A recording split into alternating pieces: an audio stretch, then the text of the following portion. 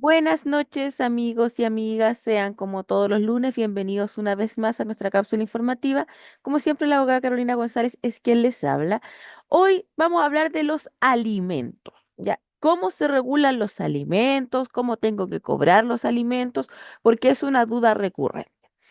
Ya, en primer término, vamos a explicar, como ya he dicho anteriormente, que alimentos no es solo comida, porque la gente tiende a circunscribir cuánto gasta en alimentos es cuánto come el niño.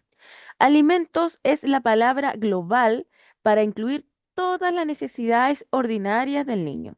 Es decir, lo que gasta en colegio, en furgón, en nana, en entretención, en vestuario, en alimentación, en vivienda. Sí, caballero, porque la vivienda también es parte. Porque muchas veces me dicen, ¿por qué tengo que pagarle yo la casa?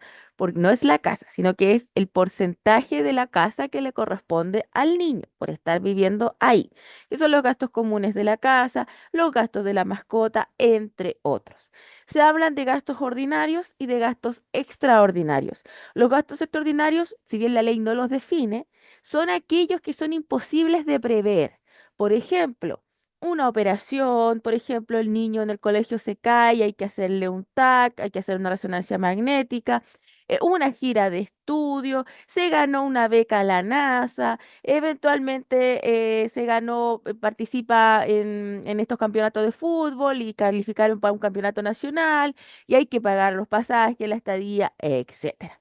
Esos son gastos extraordinarios y esos gastos extraordinarios van en porcentaje de contribución. Eso es importante. ¿Por qué? Porque los alimentos, desde la regulación de la nueva ley de alimentos, solamente se establecen en monto fijo, es decir, en UTM. Los alimentos en porcentaje ya no existen. Por lo tanto, el porcentaje de contribución que se fija es, por ejemplo, si una operación salió 1 millón de pesos y se establece que el papá va a contribuir al 60% de la necesidad extraordinaria, significa que ese papá paga 600.000 pesos y la mamá paga 400.000 pesos.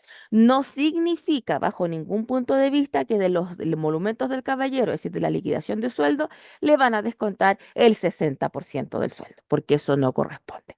Ahora, en cuanto a la forma de pago de los alimentos extraordinarios, estos generalmente se hacen en una cuenta aparte, no en la cuenta propia de la pensión de alimentos, toda vez que los alimentos al estar regulados en UTM entran a un cálculo de liquidación automática mensual.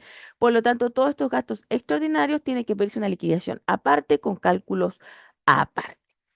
Ahora, ¿qué pasa si ustedes se llevan muy bien?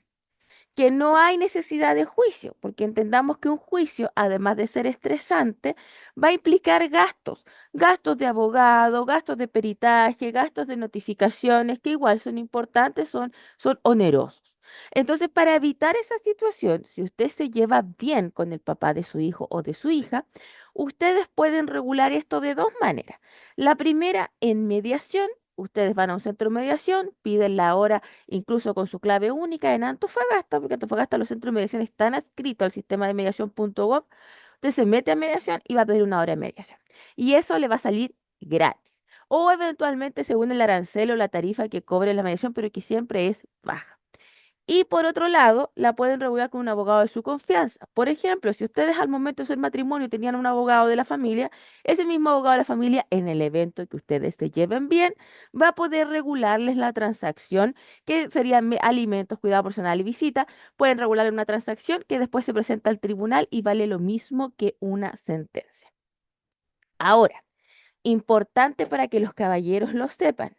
La forma de pago actual de los alimentos es retención judicial. Por lo tanto, si usted tiene un empleador, sí o sí, la pensión de alimentos ordinaria le va a salir mediante retención. Ahora, esto es importante porque las mamás no saben o no le explican que el oficio de retención no se manda por el tribunal. Lo que hace el tribunal es confeccionar el oficio de retención, pero ese oficio debe ser tramitado por usted llevándolo usted al lugar donde funciona el empleador, recurso humano del empleador, y es ahí donde ellos al momento de recepcionar ese oficio de retención va a comenzar el pago. No se confíen, si usted no lo tramita, no va a recibir el pago. Ahora bien, depende del tribunal, porque hay veces que aprueban una transacción, aprueban una mediación o dictan una sentencia e inmediatamente sale el oficio de retención.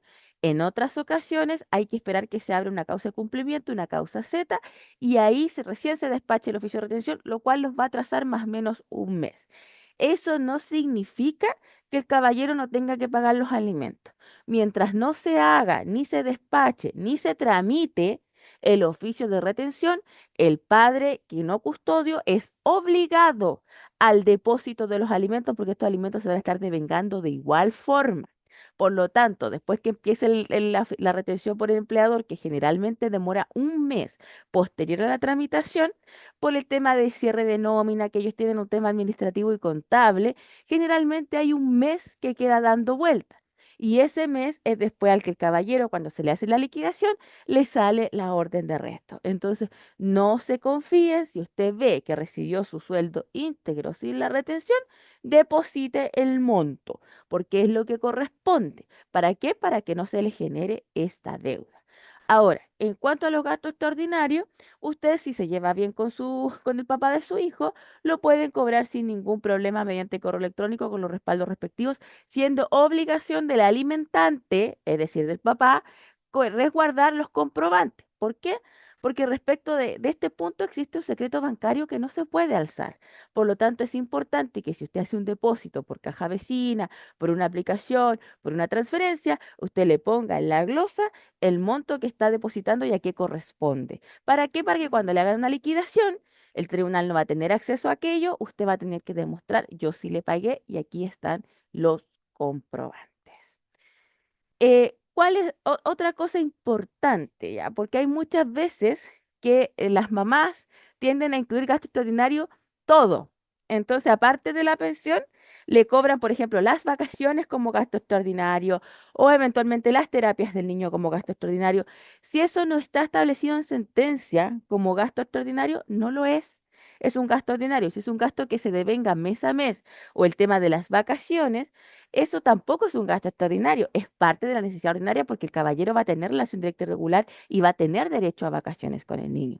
Por lo tanto, solamente los gastos extraordinarios son los que tienen que depositarse en forma adicional. Me van a decir las señoras, pero es que él recibió bono término conflicto. Lamentablemente no le va a corresponder porque ya mencioné en porcentaje ya no existe. Ahora, si usted tiene regulada la pensión en porcentaje, solo usted puede hacer el cambio a UTM. Si usted lo hace, ya va a perder con todos los bonos, porque eso automáticamente va a convertir en UTM y va a entrar a registro de deudores, porque eso es importante para que opere todo el sistema, registro de deudores, pago de la FP, pago con la retención y todo el cobro extraordinario de los alimentos, ahí sí o sí la pensión tiene que estar regulada en UTM. Si está regulada de otra forma, no va a poder acceder al proceso automático de esta ley.